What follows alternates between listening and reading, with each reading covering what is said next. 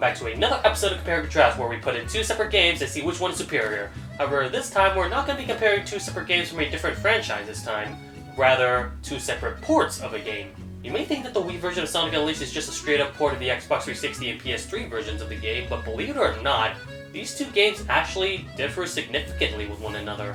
While both games are developed by subsidiaries of Sonic Team, they were both split up in order to maintain a steady development. One team working on the Xbox 360 and PlayStation 3 ports, while the other team works on the Wii and PlayStation 2 ports. The newly enhanced Hedgehog engine was created, and Sonic Team wanted to showcase their new game engine. However, the Wii and PS2 versions were not compatible, so they had to be worked on different older engines. Long story short, the fact that these two ports were made in different engines also mean they inherently also affect gameplay as well, hence why Sonic fans like to think of these two as different games, despite sharing the same story.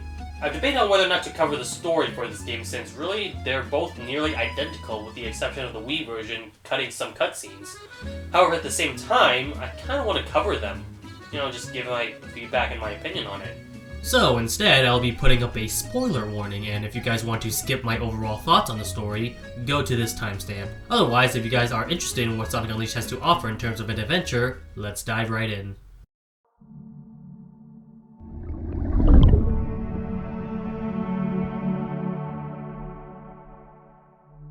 Our story begins with Sonic beating Eggman. Well, you think that would be the end of the story, but no, it turns out Eggman has an ace up his sleeve and traps our blue blur and drains all the life out of him and the Chaos Emeralds, turning him into a werewolf-like creature dubbed the Werehog.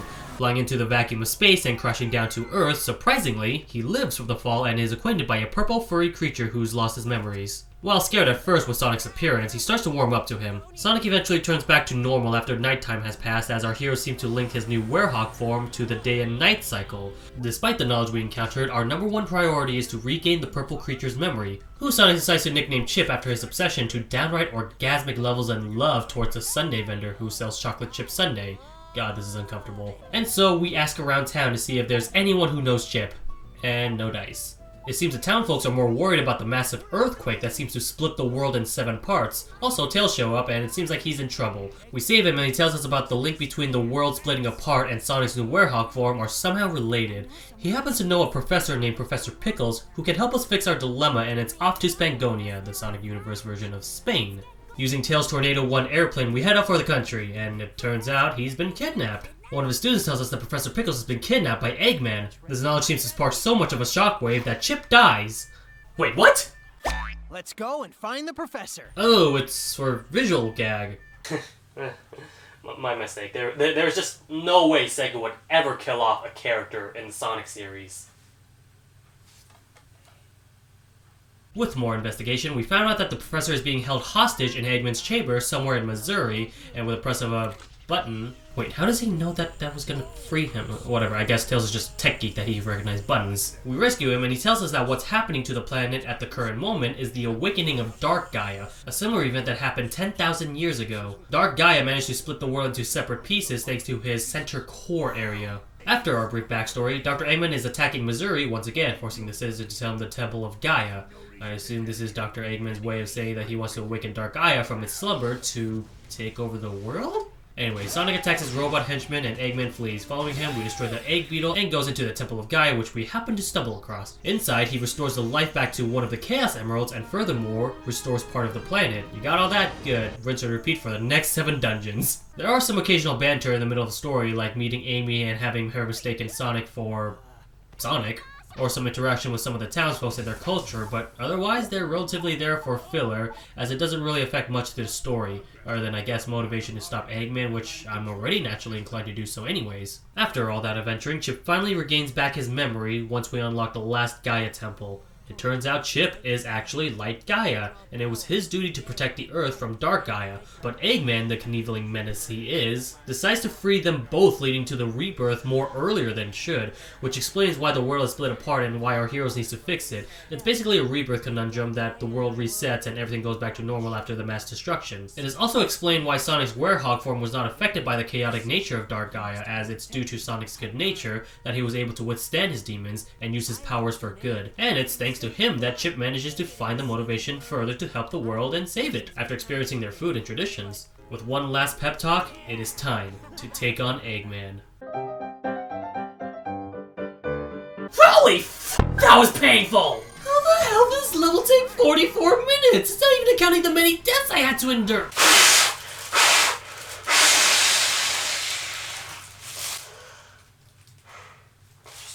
Calm down. Calm down. There's gonna be a lot of room to rant later on in this video. Just calm down for now. Calm down. Anyway, we found Eggman, he summons Dark Gaia, and the world is shredded into purple miasma as Dark Gaia regains his true power. With no other choice, Sonic transforms into Super Sonic, thanks to the power of the 7 Chaos Emeralds that we restore life to. And with the help of Chip, who is turned into Gaia Colossus, aka Stone Megazord, not its actual name, but come on, giant robots. That's freaking sweet. We blast Perfect Dark Gaia into bits, saving the world, as Chip restores himself back to his light Gaia form, resetting the world, and ending our hero's adventure with a fleeting memory of Chip and his achievements. And will never ever appear in another Sonic game again. Alright, so overall story, it's interesting, but kind of falls a bit flat. As the heroes of the story, they do their job properly, albeit more of the repetitive side. They're heroes after all, so obviously they have to save the world. What I found very perplexing, on the other hand, is Dr. Eggman's motivation in this. Why does he want to destroy the world? Didn't he try to save it back in Sonic Adventure 2? If this is just to kill Sonic, then why go through all the effort of wasting humanity as well? Hell, he could have done it right there at the very beginning. If he thinks Sonic is such a nuisance in the plan, he could just grab him and snap his neck right there. See? No need to turn him into a werehog and go after all this convoluted shenanigans. I thought at first, since the very beginning of Sonic's incarnation, Eggman just wanted to rule the world inhabited with robots. It's an odd motivation in itself, but it's usually the motif that Eggman's been going for since the beginning of the first Sonic the Hedgehog game. Why go through all the effort in the end when there's no world to rule over? Maybe he can harness the power of Dark Gaia and go after the galaxy? I guess. A good hero cannot work properly without a good defined villain, and Eggman is a very badly written villain. He can be funny at times, so I think if the story was a little more on the goofier side rather than the serious death and reincarnation of the world, then Eggman's character would have worked, but instead I feel as though his character motivations do not formulate properly with the plot. I can appreciate Sonic's team for trying to do something more creative. It's a little difficult to try and make the same plotline to beat the bad guy and save the woodland critters interesting and not make it repetitive, but I think this falls really short overall. One last thing I guess I can note is the minor differences between the two versions. There is this one section I remember vividly where during Professor Pickle's kidnapping, on the PS3 version we went to a day and nighttime stage in Missouri. However, on the Wii version, it's just one cutscene and then straight to the next cutscene. Only our obstacle was just to move from country to country, and that's about it. For some reason, the Wii version flats out removes some aspects of the PS3 version's cutscenes, and it makes moments like these feel completely jarring. I don't think it's a limitation of the Wii, as when we get to the presentation section, the Wii version looks just as good as the PS3 version. My only guess is that the development team didn't have enough time to add more stages for the Wii version, and it'll be more apparent when we get to the gameplay section. Speaking of which...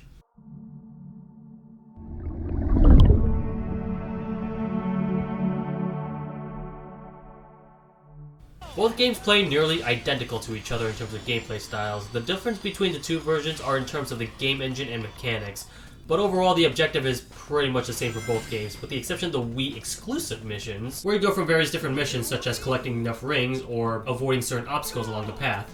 The number of differences, however, are more exemplified with individual stages. When compared to the exact requirements and stage layout, this is when the PS3 and Wii versions differ immensely.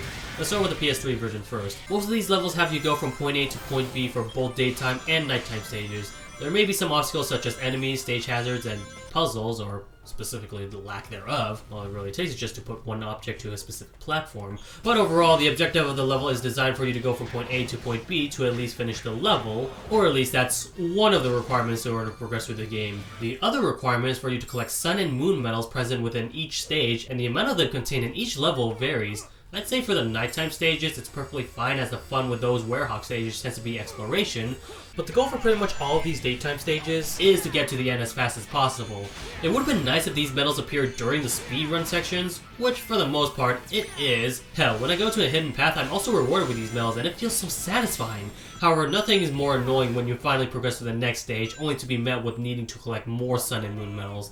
It doesn't help that the nighttime stages are absolutely long as hell, and on average, the amount of medals details are more present within these stages. Look, I'm just gonna come out and say it, I really dislike these nighttime stages. I get what their intention was when designing the concept of the Werehog stages, and I will admit, it's not the worst thing I've ever experienced in a Sonic game, but the combat is practically bare bones. There's no variation towards the enemies, and all they serve is for us to punch and grab them. Platforming is not any better. For some reason, Sonic has a piss poor jump. This further exemplifies with a double jump as well. The best way for me to make it to other platforms is if I sprint and then double jump. That way I get the most distance. But dashing in itself is also very awkward and finicky. Sonic feels like he's on ice every single time. Also not helping is when there's actual ice physics. Ironically enough though, these are actually the best nighttime stages, since I think the level is designed spacious enough for combat. It still has its share of problems like these icicles where you have to grab them in order to get to the next set of platforms, but overall I think these levels are somewhat designed well for the Werehog stages. But every single other level, I had no pleasure going through any of them. They control badly, they slow the pace of the game, and they're absolutely long as hell, spanning from around 20 to 30 minutes in total gameplay, not counting deaths. On the other side of the spectrum, these daytime stages are absolutely fun. They give Sonic a thrill of what it's like to go as fast as possible, and the main levels are a blast to go through. Well, assuming you can get a steady frame rate. This game loves to chug a lot. I'm starting to feel some sort of smoke coming out of my PlayStation 3. This is one huge downside to the daytime stages, and to be fair, I think it might be because I'm playing on the PlayStation 3. I've heard that the Xbox 360 version of the game ran a lot more smoothly, so if you really want to experience the best quality of the daytime stages, play Sonic Generations on PC and get the Unleashed mods. Ah yes, now this is how you play Sonic Unleashed properly. Okay, joking aside. If your computer can't handle it, get the Xbox 360 version. Or on the other hand, there's also the Wii version. For some reason, the Wii version excluded some levels and completely removed one country from the game, but to make it up, they added more daytime and nighttime stages for each country. As mentioned before, the Wii version adds more mission-based stages, which do repeat some of the same layout, but overall they are shorter than the PS3 versions, and thank God they are! I will gladly take these nighttime stages way more than PS3 versions. They're pretty linear and the controls are not actually bad. I'm using the Classic Controller Pro for this, so I'm not exactly sure how the motion controls work, but I don't care. I don't think it really matters as the platforming is much more easier to grasp upon and the stage varies from 3 to 8 minutes rather than 20 to 30 minutes, a huge contrast to the PS3 version. As for the daytime stages, I honestly can't tell if they're any more or less interesting than the PS3 version. The boost mechanic, I'm not too much of a fan of. They're more of a toggle boost than a hold. See, with the PS3 version, there's a gauge, so it's all depending on how long you boost. Whereas with the Wii version, you press a button and then you boost for a short amount of time, but don't maintain that for too long. It's more of a short burst than a constant boost, and personally, I don't find that as enjoyable. What I do find more enjoyable is the frame rate. No dipping below 30 frames per second here, ladies and gentlemen. This game runs very smooth and my buttons register perfectly fine, unlike the PS3 version where the frame rate dips below 15 and doesn't even register my button inputs. I didn't really mention the boss battles too much, but overall they're not too different. They are pretty one-to-one with each other, however I would like to add that the Wii version of this boss battle specifically, I have no problems with, where with the PS3 version, it glitched where the enemies are not taking damage. The PS3 version also has these tail stages, which are nothing more than quick time events, and last and for most, the PS3 also has the worst stage imaginable. I hated Eggman's stage on PS3. It's a combination of long and tedious tasks with broken controls and platforming, and if you lose all of your lives, you go all the way back to the beginning of the stage. This took me 50 minutes to beat when I finally finished it, and I never ever want to return to it ever again. How I managed to get a B rank is perplexing to say the least. Now compare this to the Wii version where it splits up into different levels, and when you lose all your lives, you're only repeating the last level you were in. I will take these levels to the teeth, and because of that, I find the Wii version to be absolutely more superior than the PS3 version.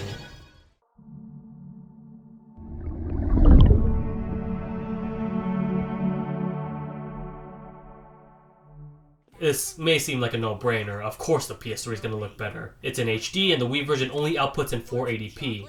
However, strangely enough, not only is the gameplay dropping frame rates, but also the cutscenes. Not all of them do that. When they play in a non-intensive area, the game runs smoothly, but the Wii version, on the other hand, plays at a constant 30 frames per second with no frame rate drops, and it surprisingly looks near identical to the PS3 version. I can't help but wonder why that's the case. Is the Wii hardware more easier to implement? That might be a possibility. This doesn't just extend to the cutscenes, however, as the PS3 is plagued with frame rate issues in both the daytime and nighttime stages. Even when you're literally doing nothing but running, it stutters immensely. With the daytime stages, it's understandable, you're going supersonic speed, and I'll give credit when credit's due. The feeling of high-speed action is exhilarating and ecstatic. Not to sound like an IGN review, but for real, it legit makes you feel like Sonic. But I don't understand why the nighttime stages suffer from the same fate when rendering even less polygons in environment. Compare this to both the Wii's nighttime and daytime stages, it plays perfectly fine. I've not experienced any frame rate stutters, and while I do think the Wii version is not as fast as the PS3 version, it still gives the same high-speed action that any Sonic fan would enjoy. So strangely enough, despite being graphically inferior, the Wii version still impresses me more as they manage to look as good with some few sacrifices, and runs more smoothly than the PS3 version. Overall, there are some pros and cons for both versions. The PS3 version is not exactly the most stable port, and the Wii version may not look as good. But overall, I do think I enjoyed the Wii version a little bit more. Not to say that the PS3 version is completely garbage or anything, I do very much enjoy the daytime stages in there. But the nighttime stages is the one deciding factor that really hinders my knowledge to really enjoy this game, so I really have to just say that the Wii version won this time. If you're going to play the PlayStation 3 or Xbox 360 ports of this game, I'd say just play the daytime stages. Really, the nighttime stages are not too much fun for me personally, so I wouldn't recommend them at all. And if I want to replay through Sonic Unleashed for the PlayStation 3 ever again, I would just go back to my old save file and play through the daytime stages. Well, thank you guys so much for watching. If you guys enjoyed the Compare and Contrast videos, make sure to subscribe. I will be uploading a Compare and Contrast video every Wednesday, and yeah, that's pretty much it. If you guys liked the video, make sure to give a like down below, and any comments, feedbacks, and critique will once again be openly appreciated. I would look at your feedback and see how I can improve my content. With that being said, thank you guys so much for watching. This is TheBassSinger, signing out.